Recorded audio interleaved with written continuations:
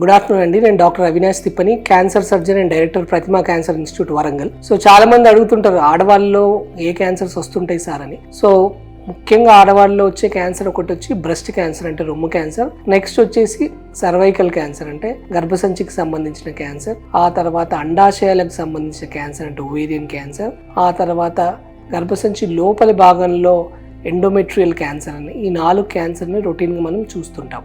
So అడుగుతుంటారు ఎలాంటి symptoms ఉంటాయని. సో రొమ్ము క్యాన్సర్కి వచ్చేసరికి రొమ్ములో గడ్డలు తగలడం, లేకపోతే చంకలో గడ్డలు తగలడం. ఆ తర్వాత గర్భసంచి క్యాన్సర్ సంబంధం వచ్చేసరికి తెల్లబట్ట అవ్వడం కానీ, ఎరుపు ఎక్కువ అవ్వడం కానీ, ఆ తర్వాత బరువు తగ్గడం, ఆకలి మందగించడం, పొట్టలో ఏదైనా గడ్డలాగా తగలడం, ఇవి ముఖ్యమైన సిమ్టమ్స్ ఉంటాయి. సో ఏ ఏజ్లో మనం క్యాన్సర్ ఉందని ఐడెంటిఫై చేయొచ్చు అని కూడా అడుగుతుంటారు. సో ఏ లేడీ అయినా ఒక 45 దాటిన తర్వాత రొమ్ములో కానీ, చంకలో కానీ గడ్డలు తగిలినా, కడుపులో ఏదైనా గడ్డ తగిలినా, ఈ ఋతుస్రవంలో మార్పులు అంటే బట్ట ఎక్కువ అవ్వడం కానీ, తెలుపు అవ్వడం కానీ, ఆ తర్వాత కడుపులో అన్నం అరగకపోవడం, అజీర్తి, ఇలాంటి సిమ్టమ్స్ ఉంటే తప్పకుండా ఒకసారి క్యాన్సర్ సర్జన్ని మీరు కన్సల్ట్ చేయాల్సి ఉంటుంది.